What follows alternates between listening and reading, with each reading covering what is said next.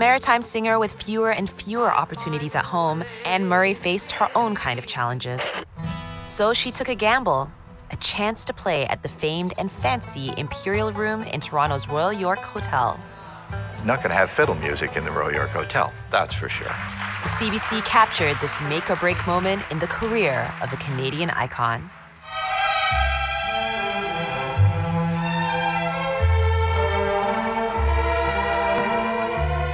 The Princess Margaret Ball is Toronto's social event of the year. Over 1,100 people fill the ballroom of the Royal York Hotel to raise $100,000 for charity. That era, we had the great hotels. And of the great hotels, the Royal York was the greatest hotel of all. And the greatest showroom was this room, the Imperial Room. You could see Ella Fitzgerald, Count Basie. Anybody that was a star at the time played here. The time I spent here at the Royal York, I would have been about 15. Moxie, our dad, and played 5 nights a week, running one of the biggest orchestras in Canada, as well as booking talent for all Canadian Pacific hotels. And that world that he created in the Royal York had an ambiance like nowhere. And it was a giant room in its day.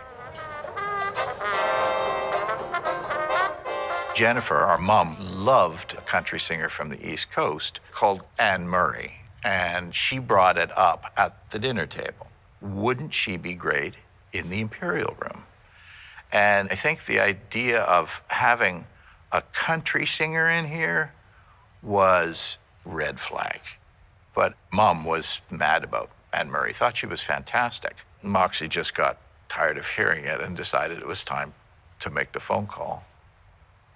They'd never had anything like that before. Everything was tuxedos and gold lame and sparkles. That wasn't Anne Murray. Bruce used to give us communion in bed every morning for Bruce. Remember? All dressed up like a priest. Time for communion. Father Bruce is here. How old were you? About 6? She's 25, not married, and comes from Spring Hill, Nova Scotia, where she has 5 brothers and her mother and father. Anne was a regular performer on Sing Along Jubilee from Halifax. Since then, she's been lucky to get a moment to herself. I think the last time I was in a Legion was in high school. We used to have our dances in the Legion Hall, so it's kind of bringing back old memories. It's real nice of you to have us here. We're living in the age of spaces, everybody knows. Most everyone is in the race as this here country grows. But down among the lobster pots you'll find a funny crew. Us Maritimers don't do things like other people do. We just like fishing, biting, getting tight and staring at the sky, chewing, spitting, and just sitting, watching things go by, climbing rocks and driving oxen, learning how to lie, drinking black rum and eating blueberry pie. There was always a feeling with Anne that she was rural Canada. And, you know, those differences still exist to this day. There's still Toronto versus the rest of the country feeling. And it was always especially there in the Maritimes. Folks is fit to do. It typed a great long list of things that we're best suited to.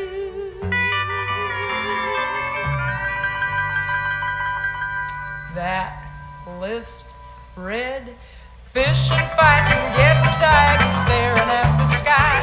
Part of the way she had been portrayed up until that time was folky, down-home country style, and to put Anne Murray in the Imperial Room, this was a place that country did not go. Drinking black rum and eating blueberry pie.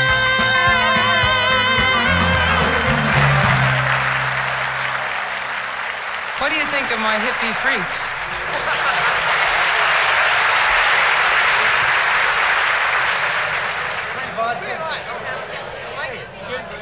The Royal York, I was scared to death because I thought for sure that there was no way that I could play to those people like I could play to the people in the Maritimes.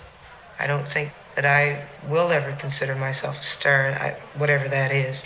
But as a singer, you sometimes have to justify your reason for existence. The closer I got to it, the more determined I became that I was going to do that kind of thing. Media kind of looked at her as this East Coast hick singer. Really, she's just a small town performer, not ready for the world stage. Well, you know, I've turned down that Royal York job about 4 times, Fred, and the money's been great. Yeah. But, you know, I just feel that the press criticism isn't worth the hurt that you have to go through. And I don't think there's any amount of money in the world that would make me do a job where I know before I even start that they're going to carve me, you know? Moxie was worried about that. She was new here. She was well known in the East Coast, but she wasn't well known here. She hadn't played a room like this. Moxie didn't know. She didn't know whether she would be successful.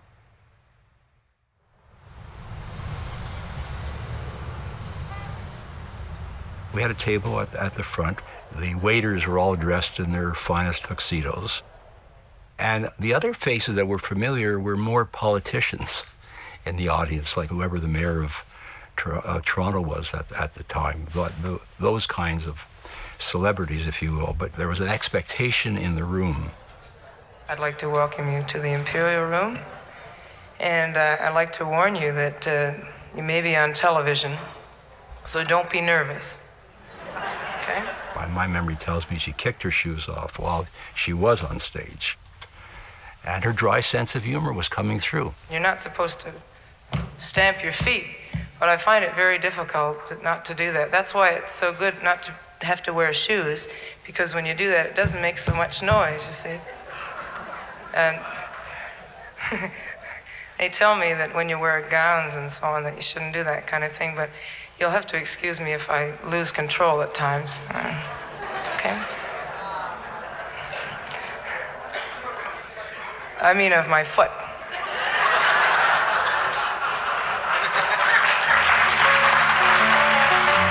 Just yesterday morning, they let me know you were gone. Suzanne, the plans they made put an end to you. I walked out this morning and I wrote down this song. I just can't remember who to send it to.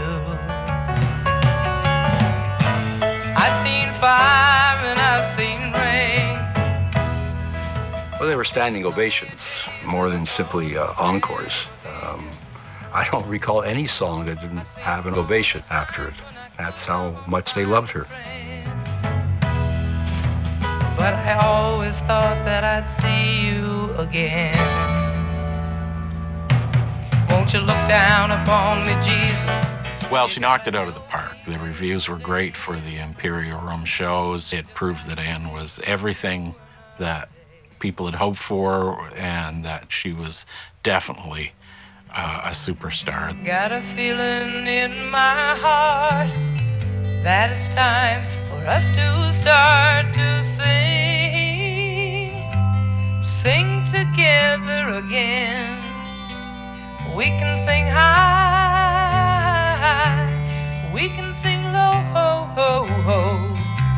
It's all the same, you know.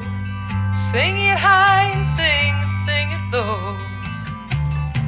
Anne Murray's 10 days at the Imperial Room was a turning point for East Coast musicians. She laid the groundwork for generations of East Coast artists. We can sing high, yeah. I remember somebody telling me a story that she was Elvis Presley's favorite singer. And I thought, how in the heck is that even possible? How does he know who she is? She's from Spring Hill, for God's sake. Sing high, yeah. We can sing low. I was just very, very surprised on opening night that the audience responded like they did. But when it happened all week, I said, wow. I think probably the Royal York was one of the finest gigs I've ever had. I think it proved something to me. It was very important to me. Sing it high,